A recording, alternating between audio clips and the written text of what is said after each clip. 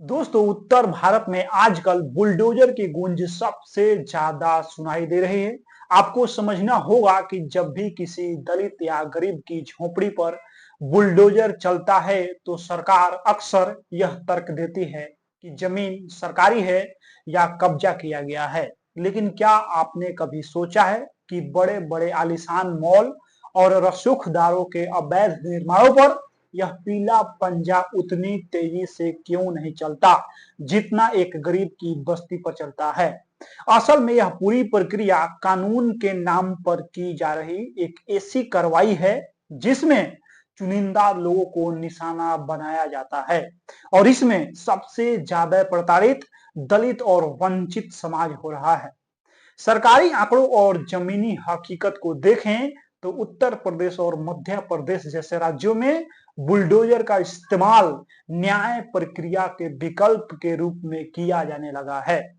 संविधान कहता है कि किसी भी व्यक्ति का घर गिराने से पहले उसे उचित नोटिस दिया जाना चाहिए और उसे अपनी बात रखने का मौका मिलना चाहिए। लेकिन वर्तमान सरकार की कार्य प्रणाली को देखा गया है कि रात को नोटिस चिपका दिया जाता है और सुबह में बुलडोजर पहुंच जाता है ताकि पीड़ित को अदालत जाने का समय ही न मिले। यह सीधे तौर पर कानून की धज्जियां उड़ाने जैसा है, क्योंकि सजा देने का काम न्यायपालिका का है, न कि कार्यपालिका का। लेकिन यहाँ सरकार खुद ही जज और खुद ही जल्लाद बनी बैठी हुई है। जब हम दलितों पर अत्याचार की बात करते हैं तो यह साफ दिखता है कि बुलडोजर कार्रवाई का सबसे ज्यादा असर इसी समाज पर पड़ रहा है, क्योंकि इनके पास न तो कानूनी लड़ाई लड़ने के लिए पैसे हैं और न ही राजनीतिक पहुंच है।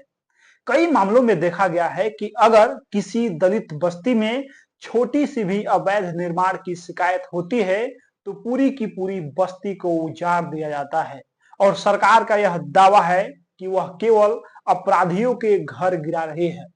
यह पूरी तरह से भ्रामक है, क्योंकि अपराध एक व्यक्ति करता है लेकिन बेघर उसका पूरा परिवार हो जाता है, जिसमें बूढ़े, बच्चे और महिलाएं शामिल होती हैं। यह सामूहिक सजा देने की एक अमानवीय प्रवृत्ति है जो केवल तानाशाही सरकारों में देखी जाती है। वर्तमान सरकार के दौर में बुलडोजर को एक ब्रांड बना दिया गया है ताकि बहुसंख्यक आबादी को खुश किया जा सके और यह दिखाया जा सके कि सरकार बहुत सख्त है। लेकिन इस शक्ति की आड़ में उन दलितों के सिर से छत छीनी जा रही है जिन्हें सरकार ने पहले खुद जमीन दी थी।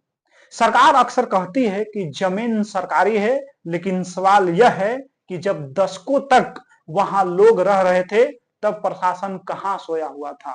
अचानक से चुनाव जीतने के बाद या किसी खास राजनीतिक विरोध के बाद ही वह जमीन सरकारी कैसे हो जाती है। यह स्पष्ट रूप से दलितों को डराने और उन्हें आर्थिक रूप से बर्बादी करने की एक सुनियोजित साजिश होती है। एमनेस्टी इंटरनेशनल और कई मानवाधिकार संगठनों ने अपनी रिपोर्ट में स्पष्ट कहा है कि भारत में बुलडोजर का उपयोग अल्पसंख्यकों और दलितों के खिलाफ एक हथियार के रूप में किया जा रहा है। सुप्रीम कोर्ट ने भी कई बार कड़ी टिप्पणी करते हुए कहा है कि किसी का घर सिर्फ इसीलिए नहीं गिराया जा सकता क्योंकि वह किसी अपराध में आरोपी है। आरोपी होना और अपराधी होना दो अलग बातें हैं। लेकिन वर्तमान सरकार न्यायिक प्रक्रिया को दरकिनार कर अपनी शक्ति का प्रदर्शन कर रही है।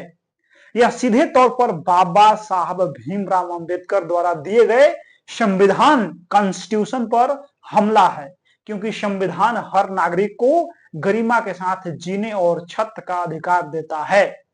उत्तर भारत की राजनीति में अब विकास के नाम पर नहीं बल्कि विनाश के नाम पर वोट मांगे जा रहे हैं और बुलडोजर इस विनाश का सबसे बड़ा चेहरा है। दलितों के उत्थान की बात करने वाली सरकार असल में उनके घरों को मलबे में तब्दील कर रही है। आप किसी भी बड़े शहर के किनारे बसी दलित बस्तियां को देखिए, वहां हमेशा बेदखली का डर बना रहता है। सरकार स्मार्ट सिटी और सौंदर्यीकरण के नाम पर गरीबों को भी स्थापित कर रही है और वह जमीन बड़े कॉरपोरेट घरानों को सौंपी जा रही है। यह गरीबों की जमीन छीनकर अमीरों को देने का एक नया मॉडल है, जिसे बुलडोजर न्याय का नाम देकर महिमा मंडन किया जा रहा है, जो कि सरासर गलत है। सरकार अक्सर यह बहाना बनाती है कि देश विरोधी लोगों की छोड़ी हुई संपत्ति या सरकारी खाली जमीन से कब्जा हटा रही है, लेकिन एनसीआरबी के पिछले कुछ सालों के आंकड़े बताते हैं कि दलितों के खिलाफ हिंसा और उनकी संपत्ति को नुकसान पहुंचाने की घटनाओं में भारी इजाफा हुआ है।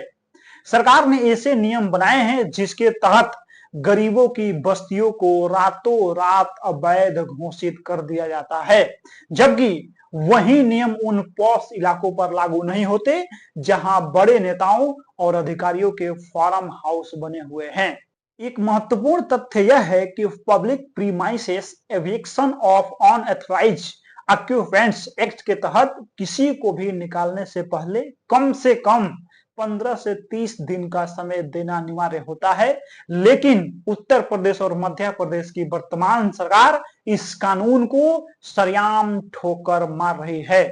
सुप्रीम कोर्ट ने हाल ही में एक फैसले में साफ कहा है कि बुलडोजर इंसाफ का भारत के संविधान, भारत के कॉन्स्टिट्यूशन में कोई स्थान नहीं है।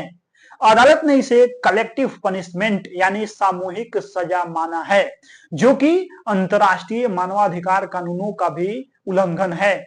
सरकार का यह रवैया दलित समाज को आर्थिक रूप से पिछाड़ने की एक सुनियोजित चाल है। जब सरकार किसी का घर गिराती है तो वह सिर्फ एक इमारत नहीं बल्कि एक परिवार का सालों का संघर्ष मिटाती है। दलित बस्तियों में अक्सर लोग पास जमीन के पुख्ता कागज नहीं होते हैं, जिसका फायदा उठाकर प्रशासन उन्हें भू माफिया का ठप्पा लगा देता है। वहीं दूसरी तरफ बड़े कॉरपोरेट घरानों जो हजारों एकड़ सरकारी जमीन दबाए बैठे हैं, उन्हें सरकार इन्वेस्टर कहकर सम्मानित करती है। यह भेदभाव, यह डिस्क्रिमिनेशन साफ दर्शाता है कि सरकार की नीयत पूरी तरह से दलित विरोधी है। वर्तमान सरकार ने बुलडोजर को एक साइकोलॉजिकल वेपन यानी मानसिक हथियार की तरह इस्तेमाल किया है। इसका मकसद दलित आंदोलन और उनकी आवाज को कुचलना है। जब भी कोई दलित नेता या संगठन अपने अधिकारों के लिए आवाज उठाता है तो प्रशासन उनके घरों की पुरानी फाइलें निकाल लेता है और बुलडोजर की धमकी देने लगता है। यह लोकतंत्र की सरेआम हत्या है। जनगणना के आंकड़े बताते हैं कि दलितों के पास पहले से ही जमीन का मालिकाना हक बहुत कम है और जो थोड़ी बहुत जमीन उनके पास है उसे भी यह बुलडोजर मॉडल छीन रहा है ताकि वे हमेशा मजदूरी करने पर मजबूर रहें। एक और कड़वा सच यह है कि इन कार्रवाइयों में ड्यू प्रोसेस का कहीं नामो निशान नहीं है। अदालतों में हजारों केस पेंडिंग है जहां गरीबों ने अपनी जमीन के लिए गुहार लगाई है, लेकिन सरकार अदालत के फैसले का इंतजार नहीं करती है। यह सीधे सीधे न्यायपालिका को चुनौती देना है। सरकार ने एक ऐसा माहौल बना दिया है जहां बुलडोजर चलना एक उत्सव बन गया है, जिसमें न्यूज चैनल कैमरा लेकर पहुंचते हैं और गरीब की बेबसी का तमाशा दिखाते हैं। यह मीडिया और सरकार का गठजोड़ दलितों के दर्द को राष्ट्रवाद के नाम पर बेच रहा है, जो कि बेहद घिनौना और शर्मनाक है। सरकार यह दावा करती है कि वह विश्व गुरु बन रही है, लेकिन दुनिया भर के मानवाधिकार संगठन भारत की इस बुलडोजर नीति की कड़ी निंदा कर रहे हैं। यूनाइटेड नेशंस के एक एक्सपर्ट ने भी भारत सरकार को चेतावनी दिया है कि घर तोड़ना मानवाधिकारों का गंभीर उल्लंघन है। दलित बच्चों की शिक्षा और उनका भविष्य इन मलबों के नीचे दब रहा है। जिस देश में रोटी, कपड़ा और मकान का नारा दिया गया था, वहां आज सरकार खुद मकान छीनने वाली सबसे बड़ी ताकत बन गई है।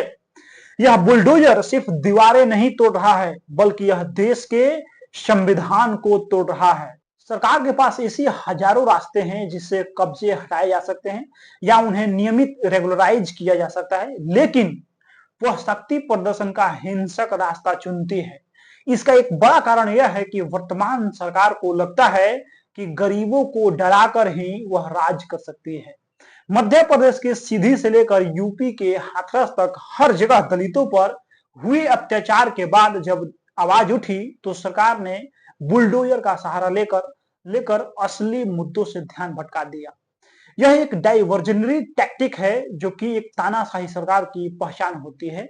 हमें सवाल पूछना होगा कि क्या एक बुलडोजर किसी भी अदालत से बड़ा हो सकता है? इस पूरी प्रक्रिया में सबसे ज्यादा दुखद यह है कि मुख्य धारा का मीडिया भी इस विनाश का जश्न मनाता है और इसे इंसाफ की तरह पेश करता है। जब किसी दलित महिला का चूल्हा और उसके बच्चों की किताबें बुलडोजर के नीचे दबती है तो क्या उसे न्याय कहा जा सकता है? सरकार की मंशा साफ है कि वह उन वर्गों को दबा कर रखना चाहती है जो अपने अधिकारों के लिए आवाज उठा रहे हैं। दलितों पर हो रहे हैं इन अत्याचारों को अतिक्रमण हटाओ अभियान का नाम देकर ढकने की कोशिश की जाती है, जबकि असलियत में यह उनकी पहचान और उनके अस्तित्व को मिटाने की कोशिश है ताकि वे हमेशा सत्ता के गुलाम बने रहें। हमें यह समझना होगा कि अगर आज किसी और के घर पर बुलडोजर चल रहा है और हम चुप हैं तो कल नंबर हमारा भी आ सकता है। कानून की प्रक्रिया का पालन न करना और केवल शक्ति के बल पर लोगों को बेघर करना किसी भी लोकतंत्र के लिए शर्मनाक है। वर्तमान सरकार को यह याद रखना चाहिए कि सत्ता आती जाती रहती है, लेकिन संविधान और मानवता अस्थायी है। दलितों और वंचितों के खिलाफ इस बुलडोजर नीति को तुरंत रोकना होगा, वरना यह समाज में गहरी खाई पैदा कर देगा जिसे भरना नामुमकिन होगा। यह वीडियो उन सभी लोगों के लिए एक आईना है जो इस विनाशकारी राजनीति को विकास समझ रहे हैं और चुप्पी साधे बैठे हैं। बाकी इस वीडियो में आप लोग अपना प्रतिक्रिया दे दीजिए। मिलते हैं अगला वीडियो में। बहुत बहुत धन्यवाद।